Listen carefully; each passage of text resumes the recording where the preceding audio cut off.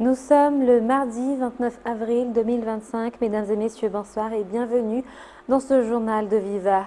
Dans les actualités de ce jour, plus de 59 millions d'ariars doivent être remboursés par des comptables publics dans la région d'Antananarive en raison de fautes commises dans l'exercice de leurs fonctions. Parmi ces irrégularités figure notamment l'absence de pièces justificatives concernant des dépenses effectuées dans les communes respectives. Des anomalies ont été également relevées dans la gestion des marchés publics par certaines collectivités.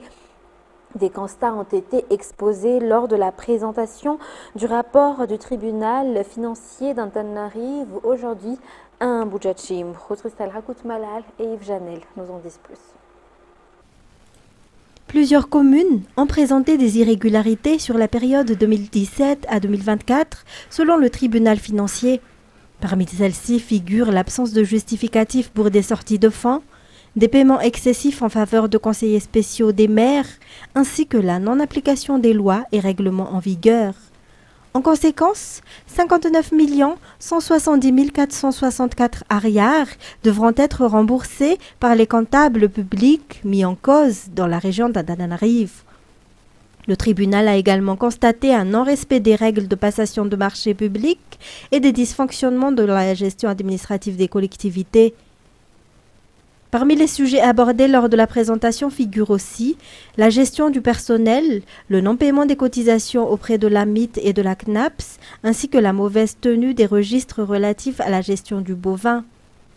Le président du tribunal financier d'Antananarive, Slouftin Aranjalantenen, a précisé que le tribunal financier ne peut pas effectuer une inspection dans toutes les communes, faute de moyens financiers.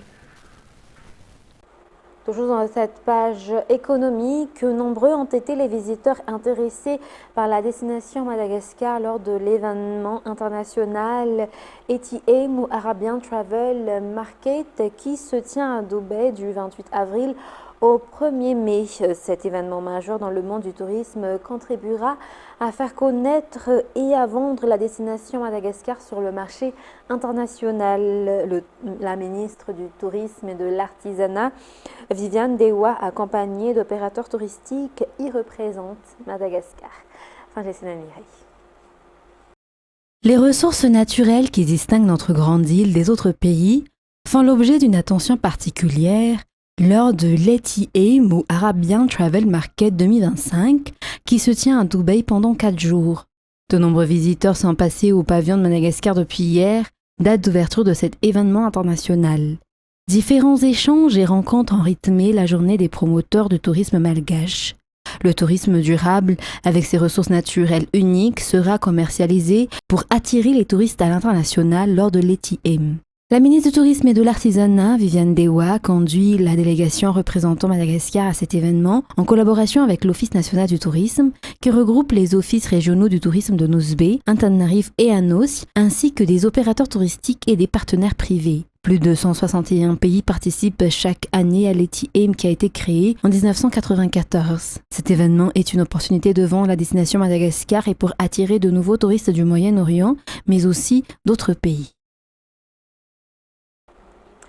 Et revenons dans le pays, toujours dans cette page économique. Une vingtaine de femmes entrepreneurs issues de plusieurs pays participent au comité mondial des femmes chefs d'entreprise Antananarive à partir d'aujourd'hui.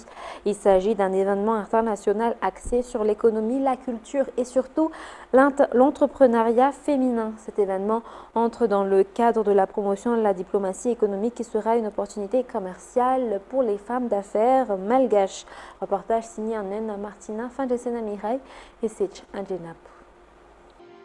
C'est la première fois que Madagascar accueille le Comité mondial des femmes entrepreneurs, un événement économique international majeur pour les femmes entrepreneurs pour trouver des solutions aux défis et aux obstacles auxquels sont confrontées les femmes dans le monde des affaires, mais aussi une occasion pour s'ouvrir à des opportunités commerciales et accéder au financement, selon les explications.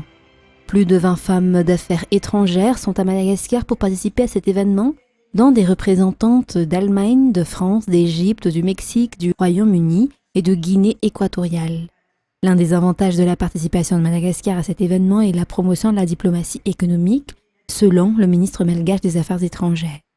Ce comité mondial de femmes chefs d'entreprise durera 3 jours et se clôturera demain.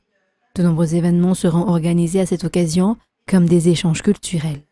Par ailleurs, selon les informations, les nombreuses délégations étrangères visiteront des sites historiques et touristiques du pays.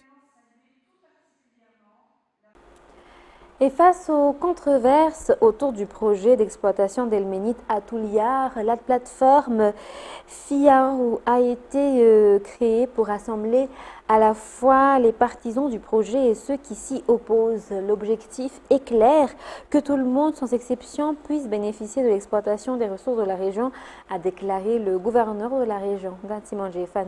Les détails avec Judith Kalkhan-Générine. Dans la région d'Ansimon-Jéfan, l'espoir renaît car la résolution du conflit autour de l'exploitation d'Elménite est en vue. Les populations des communes d'Anki, Lima, Link et de Tsianissi se sont réunies au sein d'une plateforme dénommée FIAR. L'un des objectifs de la plateforme est de mettre fin aux idées fausses, aux rumeurs et à la confusion autour de l'exploitation minière d'Elménite à travers des discussions où chacun peut exprimer ses préoccupations, ses attentes, ses suggestions et même ses contributions au projet. Par ailleurs, des travaux concrets seront également mis en avant et approfondis, notamment la réhabilitation des canaux et des systèmes de drainage, l'approvisionnement en eau potable des villages, la construction d'écoles et de centres de santé. Page sociale, durant le week-end de Pâques, les familles sans abri hébergées dans les centres d'accueil de Seb et de Madcap d'Issouch ont été rapatriées dans leur ville d'origine. Cette action s'est poursuivie aujourd'hui. Les responsables leur ont donné également les moyens de subvenir à leurs besoins et pour qu'ils puissent être par la suite autonomes. Reportage signé Felna Rakotarsoul. Les locaux de Seb et de Madcap à Issouch sont des lieux d'accueil des familles sans abri et vulnérables, notamment lorsque surviennent les catastrophes naturelles. Ainsi, les familles hébergées qui sont hébergées ont été rapatriées vers leur ville d'origine depuis la semaine de Pâques. 12 ménages comptant 21 personnes ont été rapatriés aujourd'hui vers la région de Vaknakarach. Selon les informations, des initiatives sont également en cours pour reloger certaines familles à Fefiramank et Mboumiaren.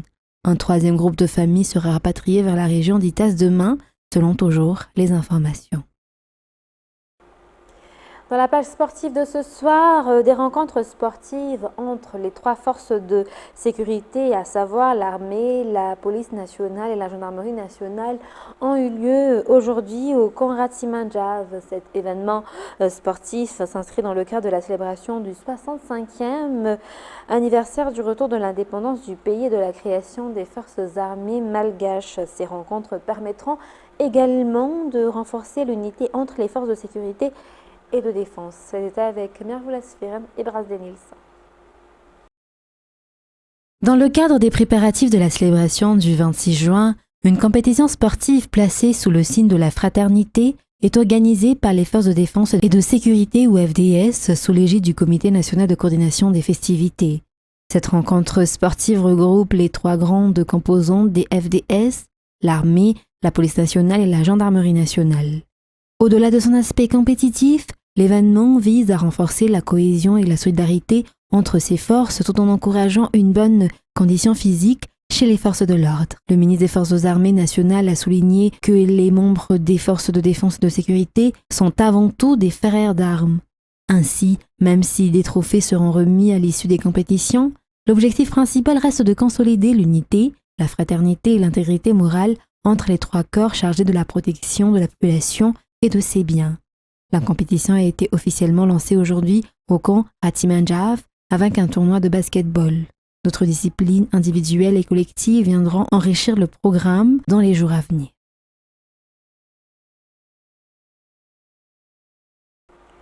Dans les actualités internationales de ce soir, il a dirigé 2 banques centrales mais n'avait jamais été élu. Le Premier ministre canadien Mark Carney, qui a remporté les législatives d'hier, a l'habitude de naviguer dans la tempête. Avec la victoire de son parti aux législatives, il va devoir rapidement faire ses preuves face à Donald Trump. France 24.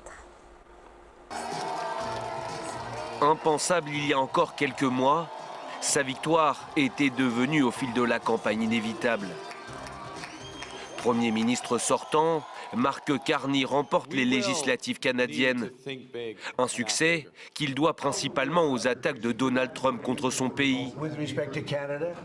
Des surtaxes douanières et des menaces d'annexion répétées qui ont fait le jeu du Parti libéral, très mal en point dans les sondages après le départ de Justin Trudeau.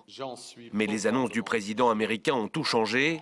Après un traditionnel message de rassemblement, nous sommes tous Canadiens et mon gouvernement va travailler pour et avec tout le monde. Mark Carney adresse un message ferme au président américain. Il n'oubliera jamais la trahison de son voisin. Lorsque je m'assiérai avec le président Trump, ce sera pour discuter de la future relation économique et sécuritaire entre deux nations souveraines.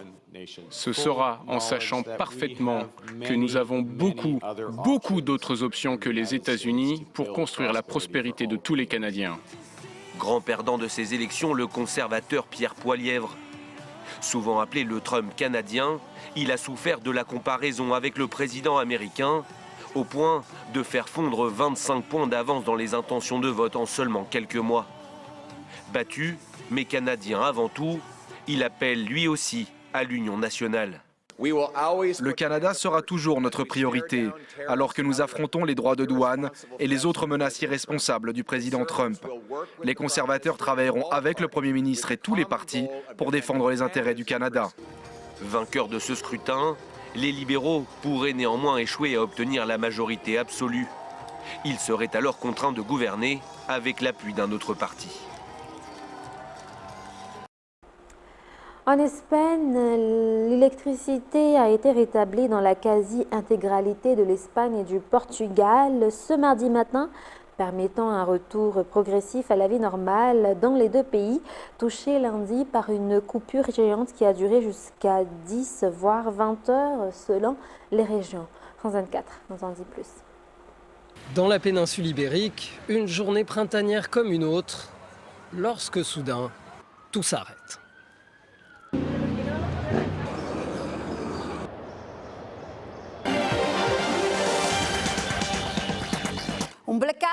Un blackout frappe l'Espagne et le Portugal. Les trains et les avions sont à l'arrêt. Il s'agit peut-être d'une erreur humaine, mais aucune hypothèse n'est exclue. Que ce soit à Lisbonne, à Madrid ou à Barcelone, cette journée de lundi promet d'être longue. En l'absence de feu, les embouteillages se multiplient. Les bus qui ont encore de l'essence sont pris d'assaut. Idem au niveau des taxis. Certains touristes ont l'impression d'être rentrés chez eux. C'est comme au Venezuela. En sous-sol, ces passagers piégés par l'arrêt des métros tentent de trouver une sortie, parfois pas forcément rassurés. En surface, certains commerces ne prennent plus que du cash. L'atmosphère vire doucement au survivalisme.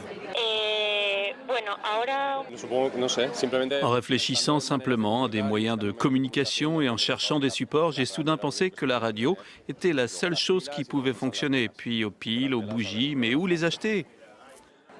Il faudra attendre la fin de journée pour que l'électricité soit en partie rétablie, ce qui valait bien quelques applaudissements.